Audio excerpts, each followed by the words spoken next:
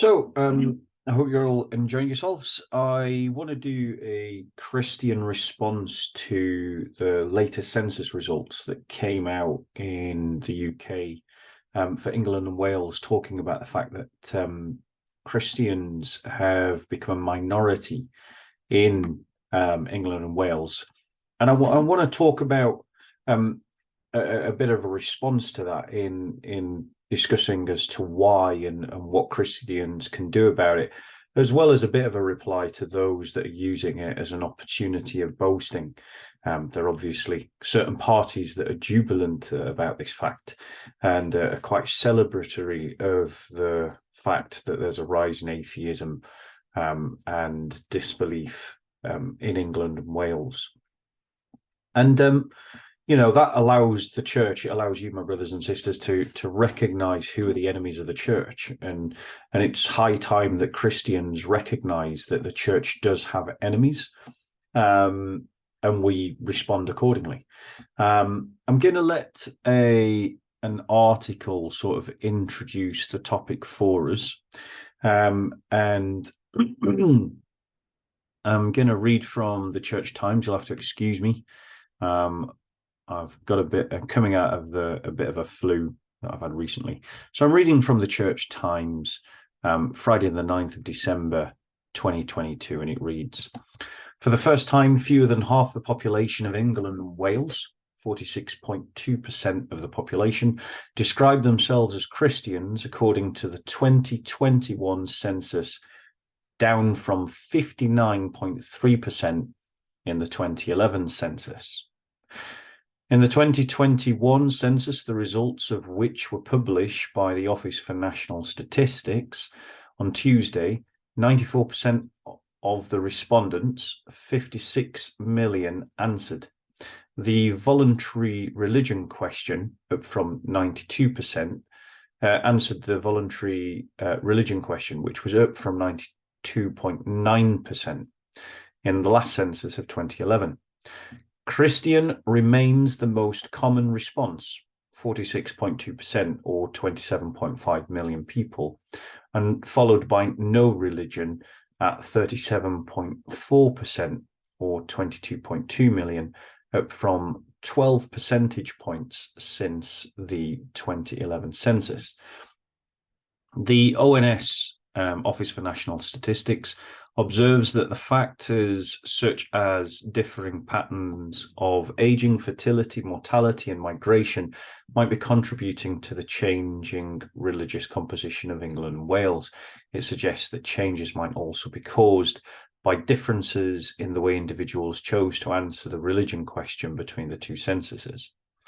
In a response to the figures, the Bible Society suggested on Tuesday that the shift away from Christian belief happened sometime before the past decade, and that people were now less willing to wear a label than that did not describe them accurately, especially since claiming a faith that they do not hold no longer had a bearing on social approval.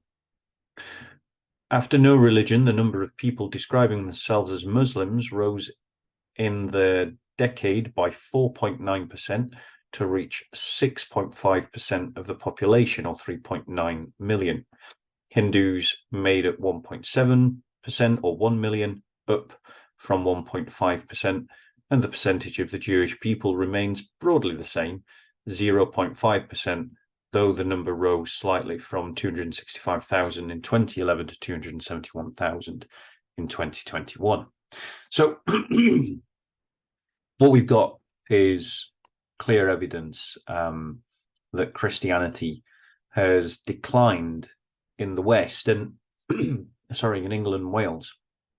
I've stopped before reading the comments on Wales. I want to, because you get the picture. I mean, Wales is going to be a replication of England, and I want to try to discuss some of the reasons why. Many of you will know that my entire intellectual project on my channel is about dealing with this issue, dealing with the rise of Islamization, and the decline of Christianity. So those of you that are regulars here are not going to be surprised that I'm doing another video on it and talking about it.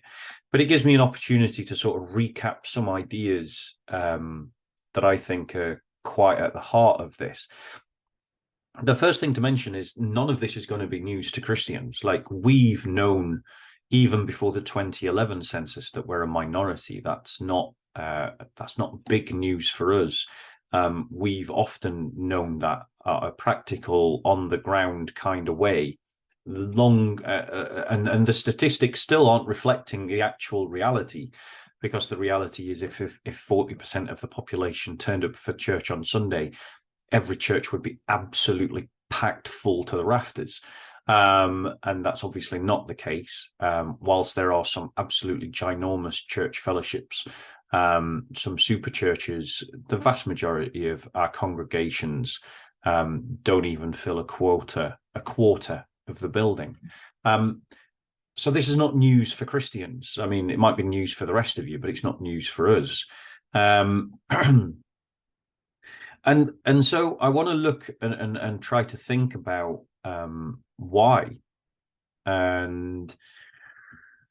But before I go on to that, I want to say to you, particularly if you consider yourself a cultural Christian, it's a case of use it or lose it. If you are someone who identifies as a Christian, then perhaps, this is a bit of and you find all this shocking that suddenly, Christianity is a minority, and that you are someone who is upset about the fact that things are changing in a way that you don't see as a good thing. Well, why aren't you taking that intuition of the soul seriously? And why aren't you genuinely exploring this faith that you call yourself, but up until now clearly hasn't meant much to you? Because to be a Christian, the very simple message of Christianity is to be a student of Jesus, a disciple of Jesus, and to take seriously what he says about himself, what he says about God, what he says about you, what he says about the world, and to build your life on his teachings. Now, what are some of the causes? Like, we've got, I want to talk about some of the causes, and I think the reality is Christians need to wake up to the fact that this rot that we are experiencing now, the antecedents to it, the roots behind it, go right back to the Enlightenment. They go right back to the 1700s. And until we Christians recognize that, we're constantly going to be fumbling around in the dark to about how we can respond to this challenge. Because what we've what emerged out of the Enlightenment was a world in which the state, like the United Kingdom or the United States or the French Republic, took precedence over the church as the foci of socio-political and economic action. It took precedence over the church in terms of giving our best effort. So many a great Christian gave their energies and their efforts to the advancements of the state agenda over and above that of the church agenda. We saw in the Enlightenment reason take precedence over revelation. Now, within the Christian worldview, reason and revelation have always been good bedfellows.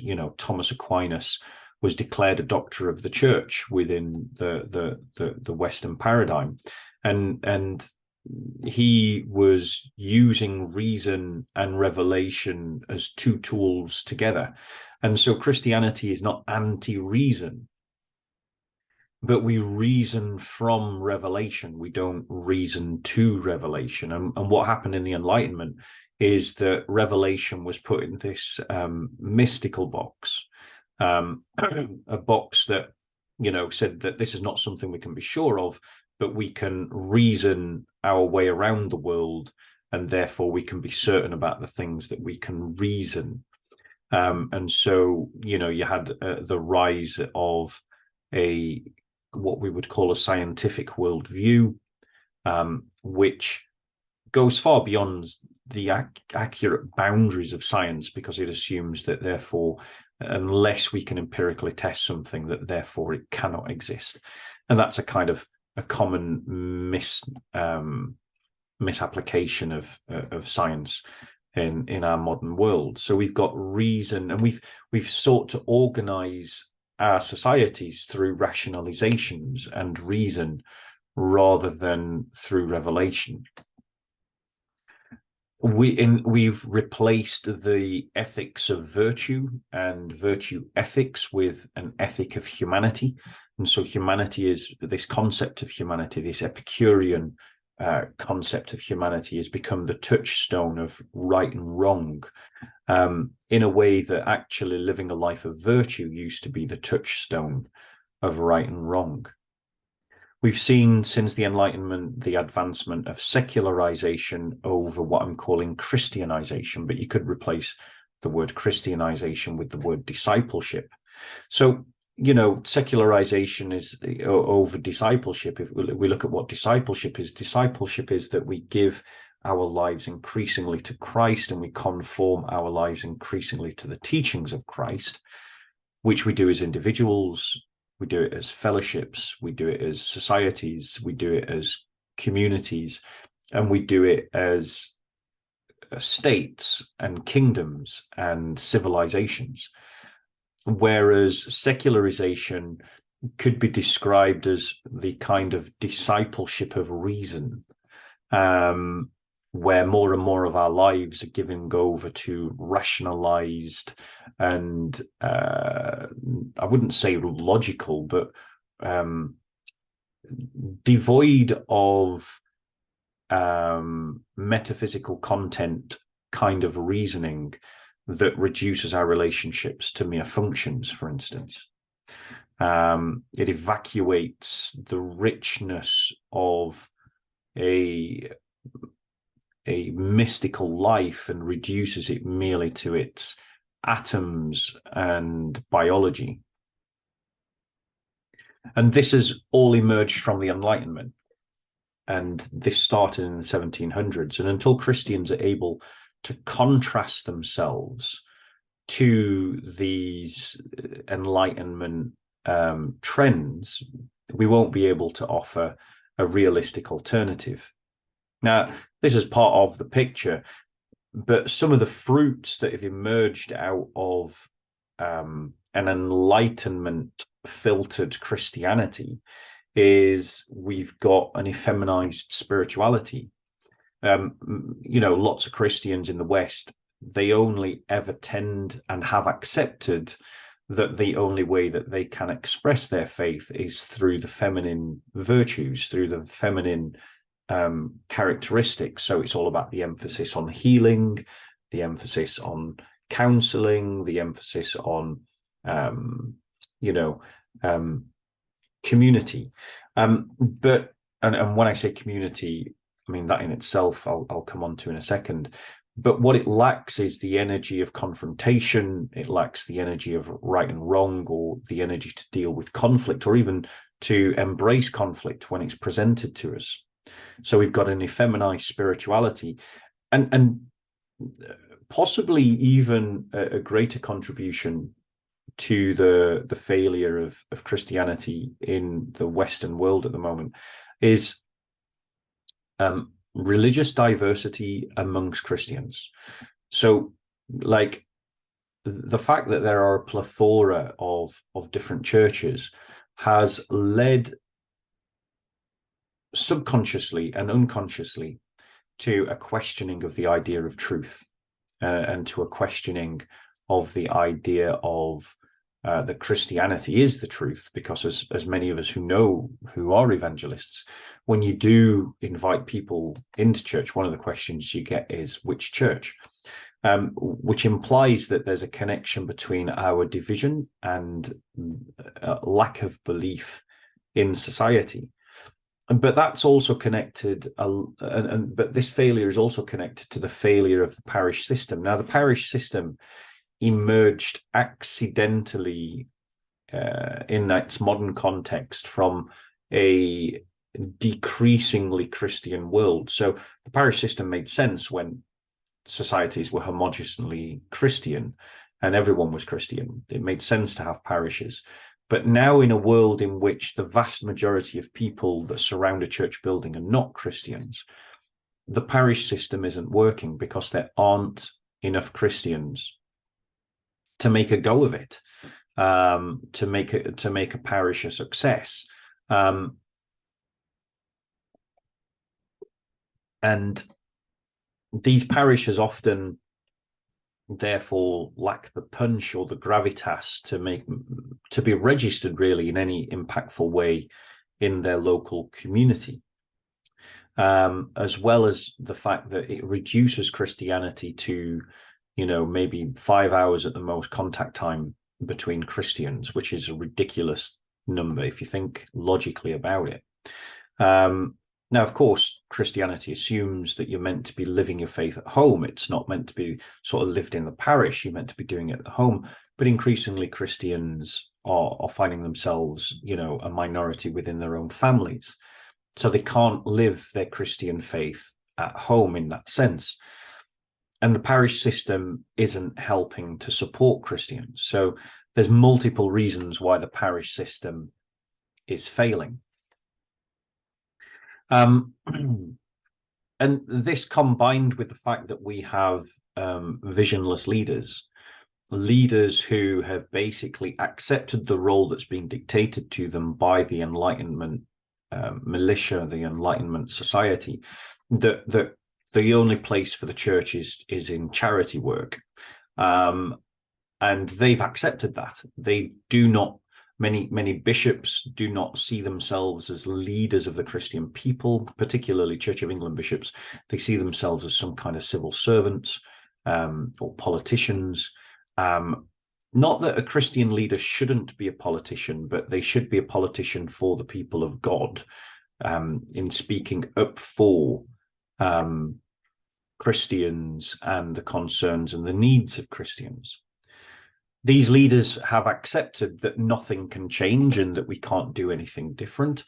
And so they've committed themselves to failed sociological movements, structures like the parish system. They've committed themselves and doubled down on an effeminized spirituality that does not appeal to men at all. And they are totally bewildered by what is happening in the world around them, unable to muster any kind of response. And being visionless, they are uninspiring and cannot even get Christians motivated to pursue their agenda. So we've got visionless leaders. Now, ironically, just to double down on how important it is to have leaders with vision, in the American church, the processes that we're well in advance of in England and Wales are also occurring in the US, but they're occurring at a much slower rate. And it's because the standard of leadership in America and in American churches is so much better. It's so much higher than what we've got here in the UK. And so the American Christians were partially able to mobilize in response to fighting culture wars. And fighting those culture wars has helped the church in America to have a stronger sense of its own identity. But sadly, that was only partial, because there's still lots of incompetent leaders in US churches. It just happens to be that there's a higher percentage of competent or semi-competent leaders in the US. And I would say one of the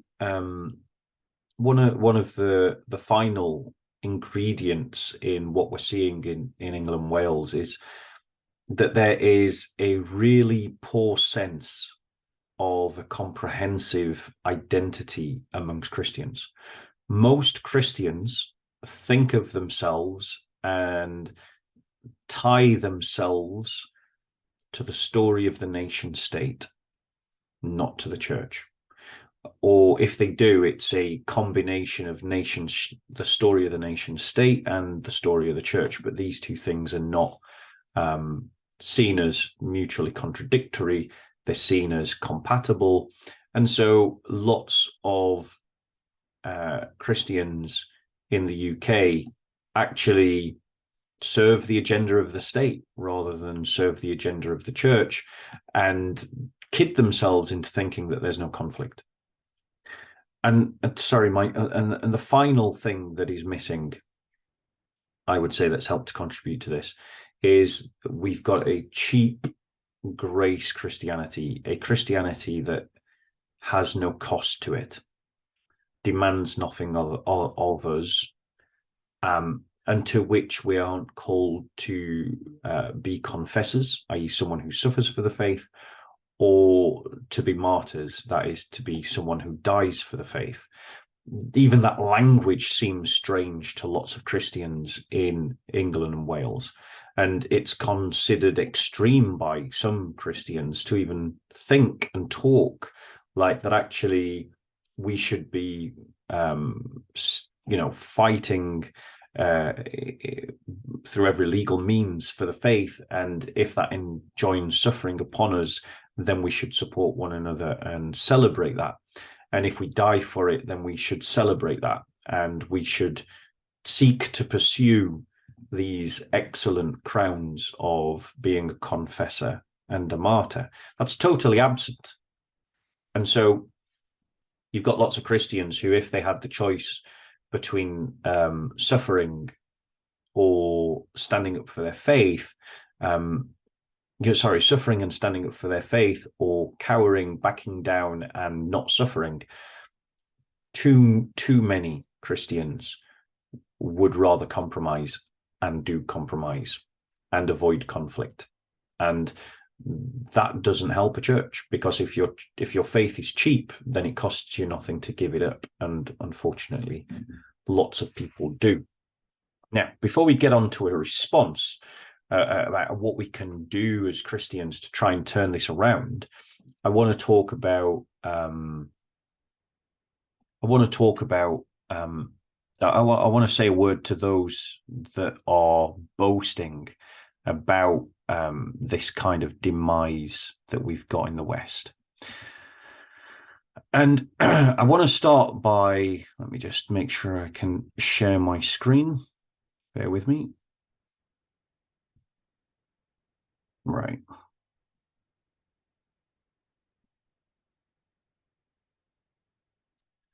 So I want to show you guys that for those of you who are secular atheists, who are celebrating this as some great and wonderful thing, I want to point out to you that the future does not belong to you. This is from Pew Research. And what we can see clearly is that those who have an affiliated religious belief have more children than those that don't. So religiously affiliated women are younger and have more children than religiously unaffiliated. So that means, guys, that whilst, there's no doubt that you're having a temporary explosion at the cost of Christianity in the West, which is collapsing. There's no doubt that you're in the ascendancy at this moment in time. The future doesn't look bright for you because you have less children than those who have religious affiliation. And so in the long run, you're going to lose, because in the long run, you're simply going to be outnumbered. The reality is that there is a connection to a lack of religious belief and a decrease in fertility, which is why, for instance, when you look at countries in Europe where religious atheism, secularization is the highest, fertility rates are dropping through the floor. And you look at communities that have religious belief, and their fertility rates are some of the highest. So some examples: the Amish in America, a deeply religious community, have the highest fertility rates in America. That's a Christian community that is outgrowing everyone, and they're doing it through birth. Look at the example of the UK, the Muslim community from Pakistan, Bangladesh, on the whole, deeply religious, have higher fertility rates than the atheist secularists that surround them. And we saw an increase when we read from the Church Times. So the future doesn't belong to you if you're someone who is an atheist or a secularist. You're having a bubble, and that bubble will burst. And when it bursts, you're going to find yourself a minority. I would ask you guys to answer this question for me. Which religion do you want to be the one that dominates over you? Think about that for a second. So between 2015 and 2020, religious nones are projected to experience a net gain of 7.6 million people due to religious switching.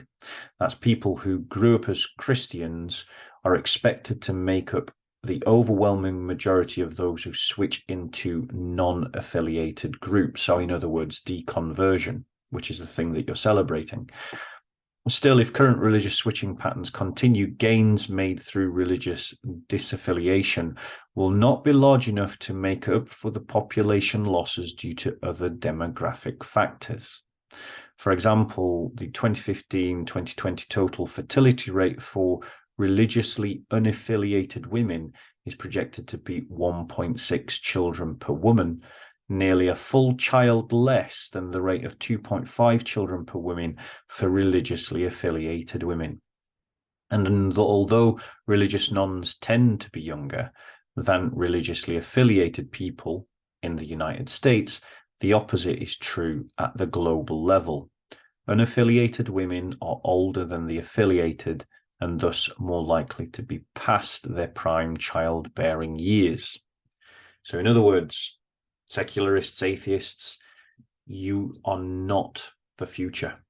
You're going to simply read yourself out of the question. The future doesn't belong to you. Now, let's move on.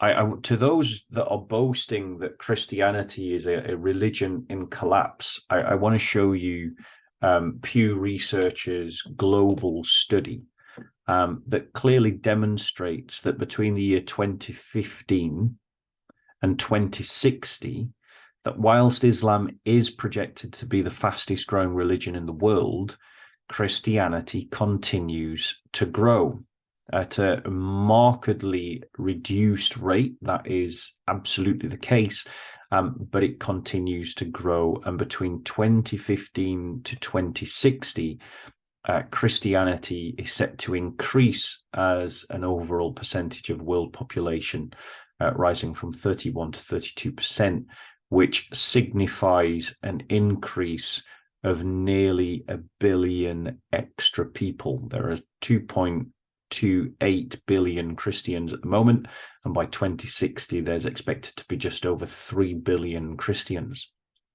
So despite your many boasts that Christianity is a global collapse, all the actual stats demonstrate that despite a massive, huge apostasy amongst the westernized, enlightened, liberal world, Christianity is still growing. And I don't think that you should be so quick I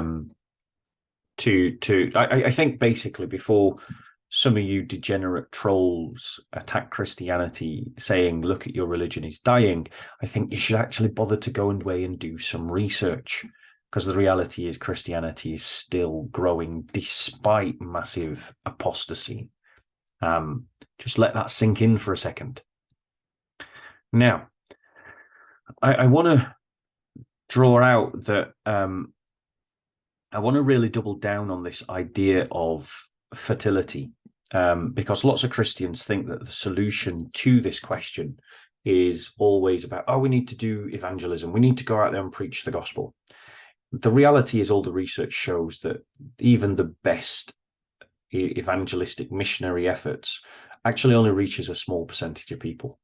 The reality is most religious growth is driven through fertility, as we can see by looking at Muslims and Hindus in terms of their population figures and their age group. In other words, we're looking at birth rates. So, for instance, if you look at the demography of sub-Saharan Africa, the median age for Muslims is between 16 and 18. The median age for Christians is 20, which means that in sub-Saharan Africa, Christians have, as it were, passed their high water point in terms of birth rates. And incidentally, the continued growth of Christianity is mainly driven through birth rates in Africa. If you look on a world scale, on a global scale, Muslims by far are the youngest population with a median age of 24. Hindus are next with a median age of 27. Christians have passed their high water point. Our median age is 30. And ironically, and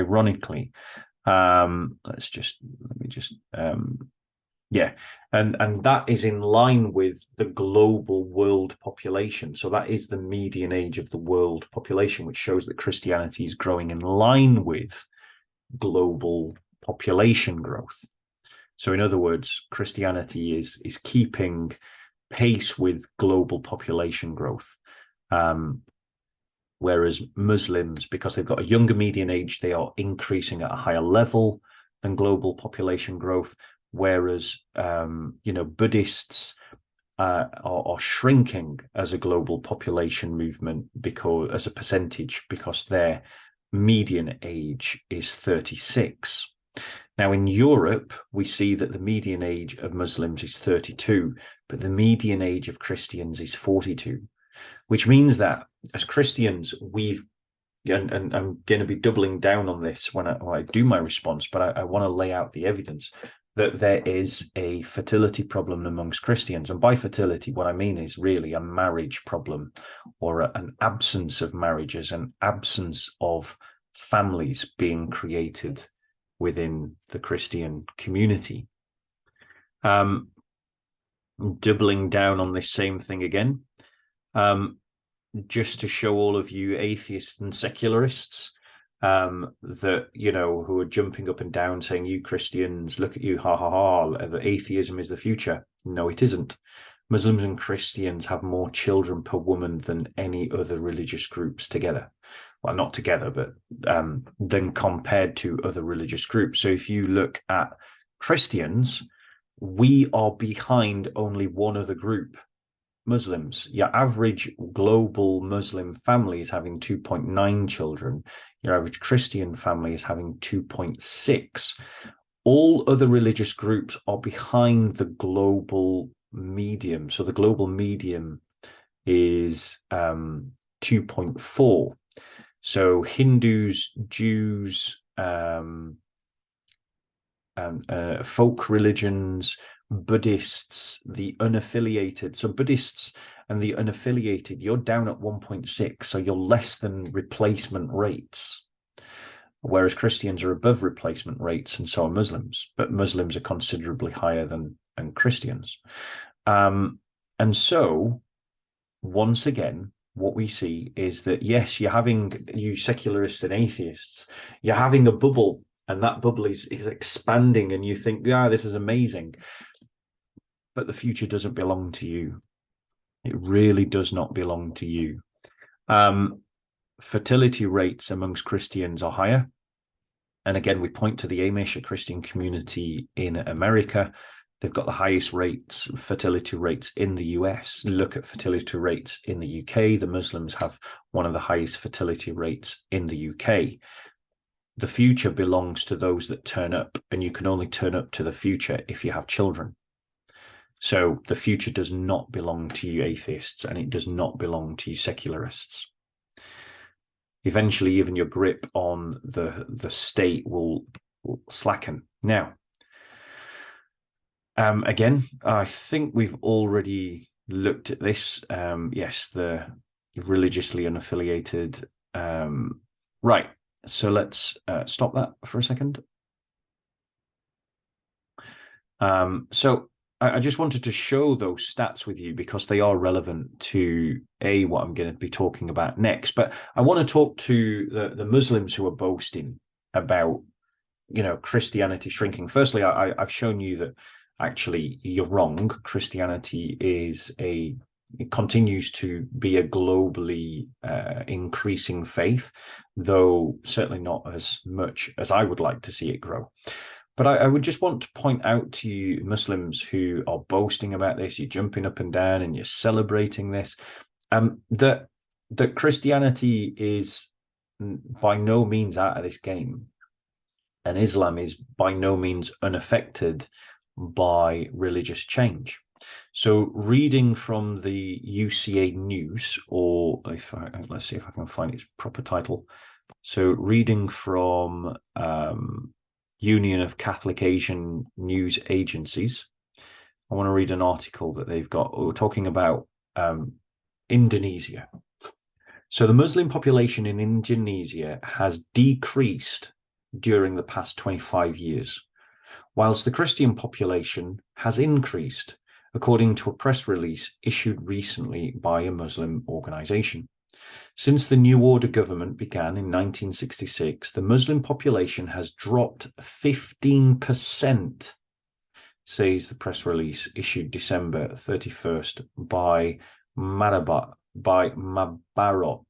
the Social Institute of Nahdlatul Ulama, probably mispronouncing that terribly, the NU, Association of Muslim Scholars. In the same period, Catholic and Protestant numbers grew, the release says. Mabarot claims that Muslim loss is due to political reasons and says that after the 1965 communist coup failed, many Muslims converted to Catholicism and Protestantism because they were afraid to identify themselves as Muslims. According to NU chairman Abdul Rahman Wahid, about 8 million Indonesian Muslims have converted to other religions under the New Order government. Javanese people prefer to adhere to the traditional beliefs they professed for generations, which emphasize mysticism associated with Javanese view of the world, said Wahid, who also is chairman of Mabarot Institute. The decrease, Wahid continues, is also caused by the government's family planning program, which affects the Muslim population more than others. I don't know what that program is or why it affects Muslims more than others, but there you go. Many Muslims have also converted to religions that are in line with their own customs and traditions and that do not limit their attempts to improve their economic situation, Wahid added. He rejected data provided by the Central Bureau of Statistics that claimed 88% of Indonesia's total population are Muslims. So he's rejecting that. Don't know why. Muslims are a majority in Indonesia, Wahid admitted, but many have secretly converted to other religions, especially Catholicism, without enticements. So,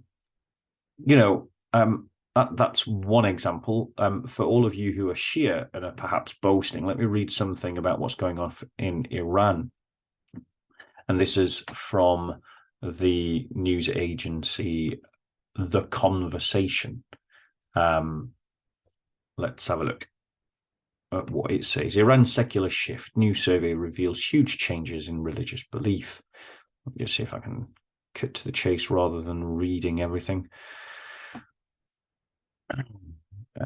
Let's have a look. So this was a survey of 40,000 Iranians living inside Iran.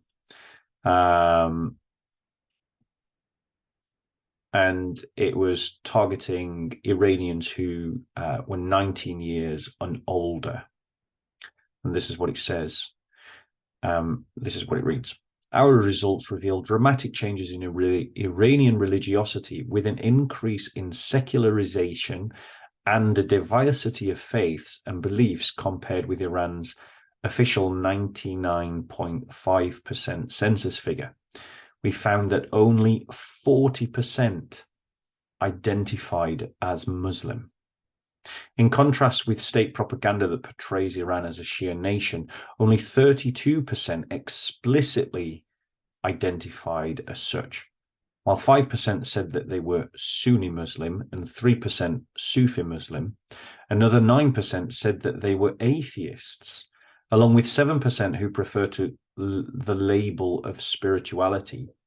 Among the others, selected religions, 8% said that they were Zoroastrian, though the people that made the survey, they interpret that as a reflection of Persian nationalism rather than, say, a desire, or Persian nationalism and a desire for an alternative of Islam rather than an actual strict adherence to Zoroastrianism, while 1.5% said that they were Christian. And incidentally, Christianity is exploding amongst Iranians. There are Iranian congregations popping up everywhere, and the numbers of people being baptized as Christians is 1.5%. So it wouldn't surprise me if 1.5% is just actually, it's probably a higher figure.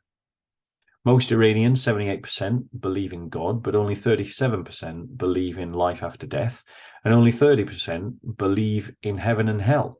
In line with another anthropological research, a quarter of our respondents said that they believed in jinns or genies, around 20% that said that they did not believe in any of the options, including God. So, as you can see, Iran is not exactly a Muslim, is not exactly a Muslim country anymore. It's a post-Muslim country. And it's time that you only have to look at the protests that are going off in Iran at the moment. They don't want an Islamic Republic. And I don't want to get on a sidetrack, but I just want to point out to you that actually Islam is collapsing in Iran. These numbers demonstrate, the article continues, these numbers demonstrate that a general process of secularization known to encourage religious diversity is taking place in Iran. An overwhelming majority, 90%, describe themselves as hailing from believing or practicing religious families, yet 47% reported losing their religion in their lifetime, and 6% said they had changed from one religion orientation to another. Younger people reported higher levels of irreligiosity and conversion to Christianity than older respondents. So for all of you Muslim Shia who are jumping up and down and celebrating about the fact that Christianity is dying, well, we've shown that you're wrong, but say you're boasting about Christianity dying in England, just take a moment to look at your own ship. Perhaps you're a Sunni and you're here boasting, thinking, well, that's just a Shia. We Sunnis are okay. Listen to this. This is reading from the National Interest, and I'm going to pick it up from where it covers Professor Amna Nusya of Al-Azhar University and what he states. Because he states that 4 million Egyptians have left Islam. Todd Nettleton finds that by some estimates, 70% of Iran's people have rejected Islam, because it's talking about what's happening in the Middle East as a whole. Turning to survey research, a Wynne Gallup survey in 2012 found that convinced atheists make up 2% of the population in Lebanon, Pakistan, Turkey and Uzbekistan, 4% in the West Bank and Gaza, 5% in Saudi Arabia. Revealingly, the same poll found that non-religious persons are more numerous, 8% in Pakistan, 16% in Uzbekistan, 19% in Saudi Arabia, 29% in the West Bank and Gaza. Those guys have just had enough of the Islamists. 33% in Lebanon and 73% in Turkey. Conversely, a Gammon poll found that just 1/3 or 32% of born Shiite Muslims in Iran actually identify as such, plus 5% as Sunnis and 3.2% as Sufis.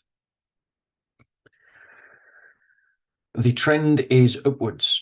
A Conda survey in Turkey found that atheists tripled from 1% to 3% between 2008 and 2018, while non-believers doubled from 1% to 2%. Arab barometer polls show a substantial increase in the number of Arabic speakers who say that they are non-religious, from 8% in 2012 to 2014 to 13% in 2018 to 2019. 61%, a 61% increase in 5 years. This trend is even stronger among people between the ages of 15 and 29, among whom the percentage went from 11 to 18%. Looking country by country, the largest increases incurred in Tunisia and Libya, with the middle-sized ones in Morocco, Algeria, Egypt, and Sudan, and almost no change in Lebanon, the Palestinian territories, Jordan, and Iraq. So in other words, guys, if you're a Sunni and you're boasting about this, I think you need to spend a little bit more time looking at the fact that your ship has sprung a leak, rather than trying to boast about Christians and the leak in our ship, which undoubtedly there is one. So that being said, I just wanted to basically give all you people jumping up and down in ecstasy at the downfall of Christianity in England and Wales a moment's pause to reflect that perhaps you've got something other to do than boasting.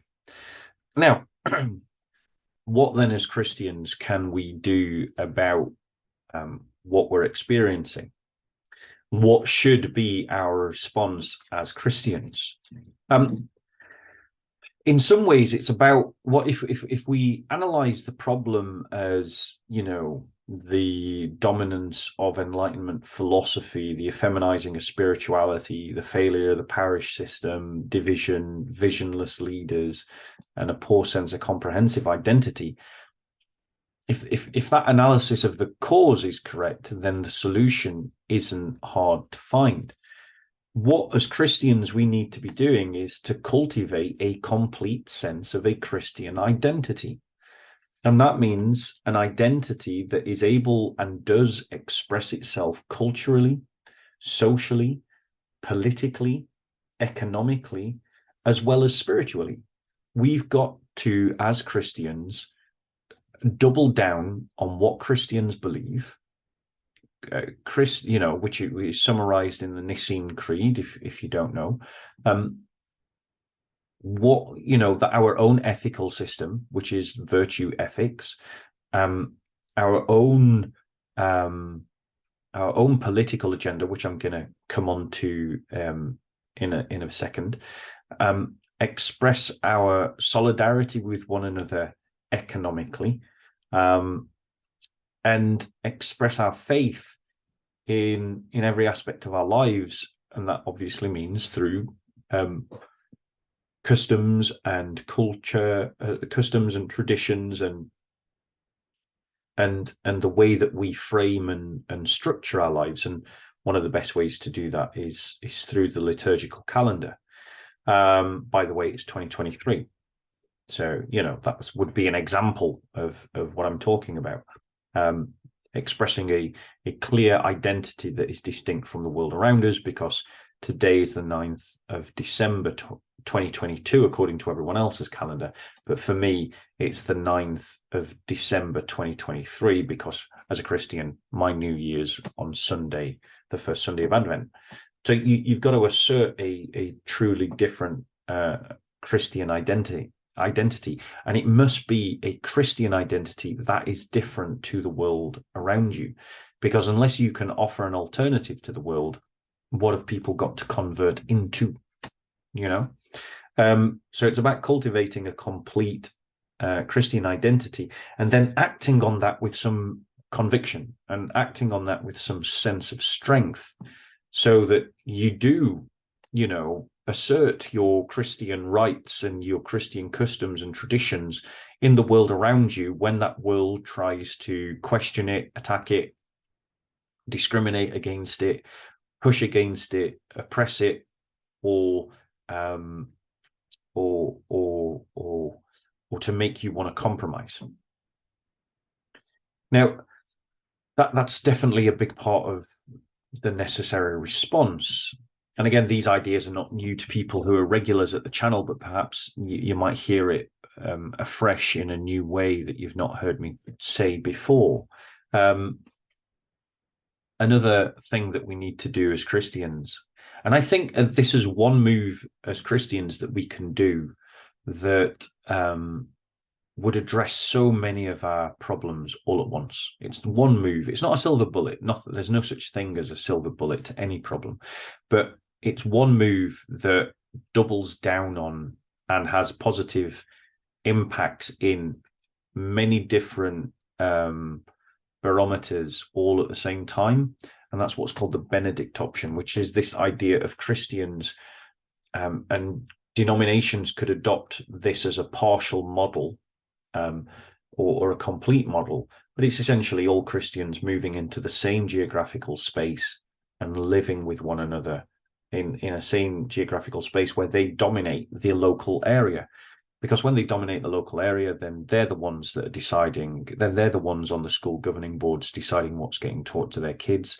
They're the ones that are deciding which shops get money spent in them and which don't, which means that if you've got a shop that's pushing an idea or belief that we don't like, they get boycotted and they soon go out of business. Whereas shops that are supporting Christian values, like family values, they're the ones that get your money. They're the ones that succeed. So you start impacting your local economy.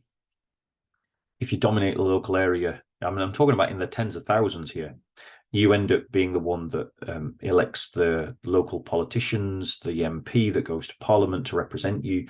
You're also the one that ends up being recruited into the police, which then polices you. So, and the Benedict option just works. I mean, it's brilliant for helping the creation of families. You don't believe me? Go and ask the Amish. It works for the Muslims in the UK. It works for the Amish in America. It works for Republicans and Unionists in Northern Ireland, two examples of Benedict communities that are squaring off to one another. The idea of Benedict communities, i.e. consolidated communities of Christians, will simply work because it has an amplifying effect. You see, if you combine that with cultivating a strong Christian identity, then very quickly, you by sticking 10,000 Christians all into one place, that town will have a very Christian feel about it. It will look Christian, sound Christian, behave Christian. Social norms will be Christianized. And it will obviously facilitate the helping of the creation of families. One of the reasons why it's very hard for Christians to find families is two principal reasons. One, the absence of men, which we're going to come on to, which has led to distorted churches where there are more women than men. And I feel sorry for you, sisters. I really do.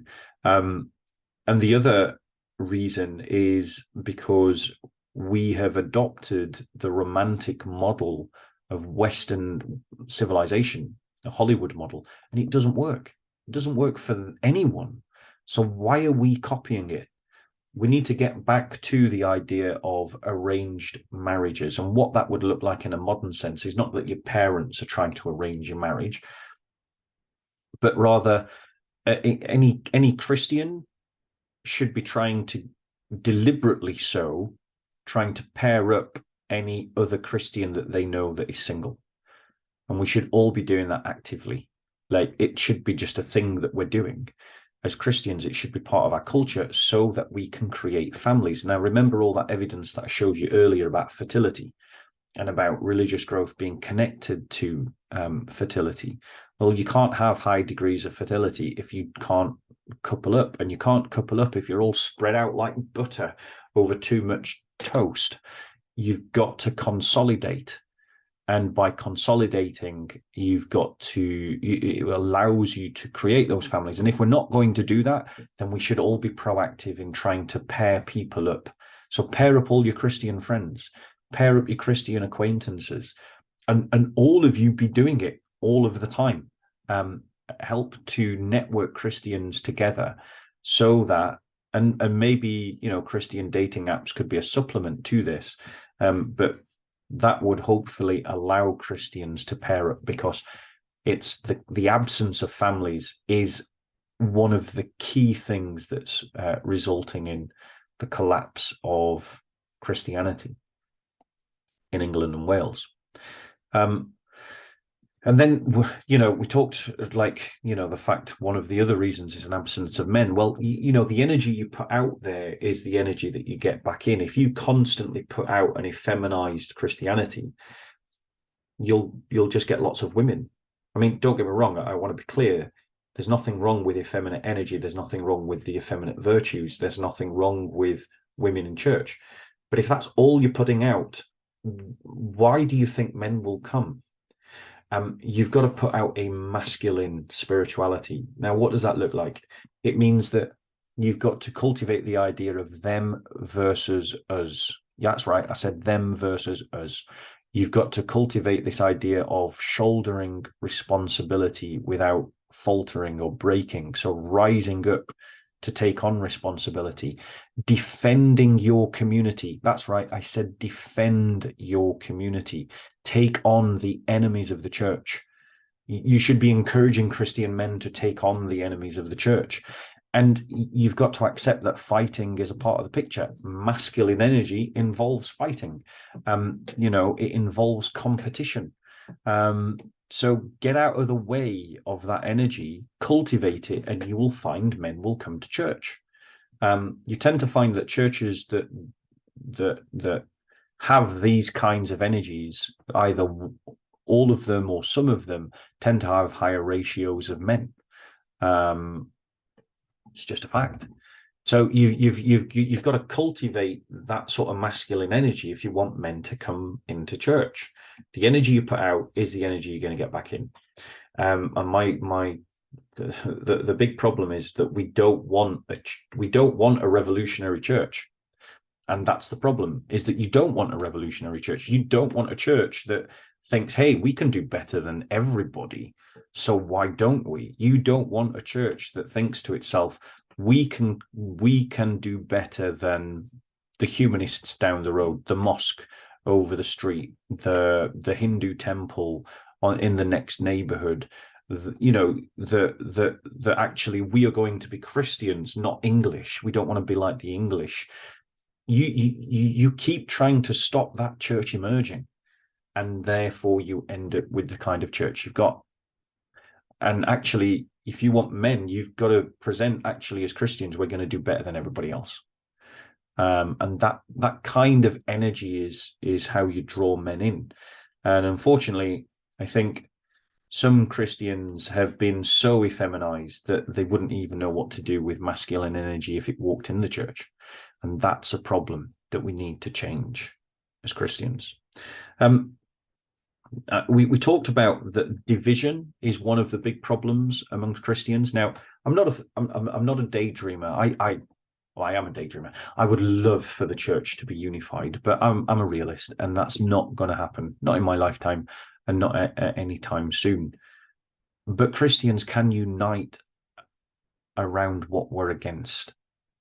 So, yeah, we might never be able to come to an agreement about the 5 solas, or about whether the Pope is the head of the church or not, or we might never be able to agree about, whether we should or should not have the Filioque in the creed. But we can unite around opposing abortion. We can unite around opposing Islamization. We can unite around opposing liberalization. We can unite around opposing, and under liberalization, there's a following number of caveats. So we can unite around, for instance, easy divorce, the breakup of the family, LGBTQ, silent P, political agenda. We can unite against. We can unite against.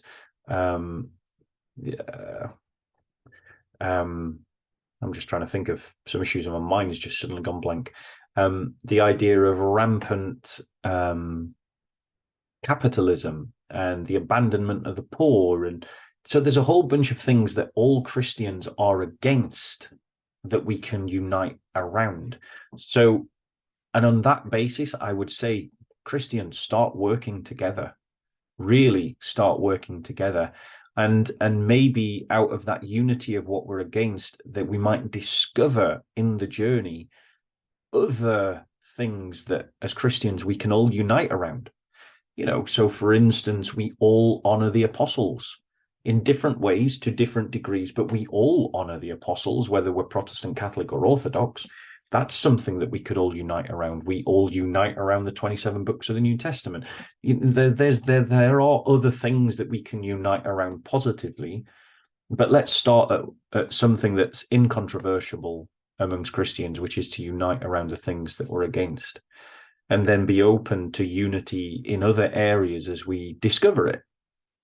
You could have sort of pragmatic unities like sharing a building, even if you don't share much else. And then we were coming, another thing that as Christians we need to come to is a commitment to a new Christendom. Because I talked about, Christians expressing their faith politically. Well, what should we express our faith politically in? How should we express our faith politically? Well, we should express our faith politically in the aspiration of the creation of a new Christendom, a new Christian civilization.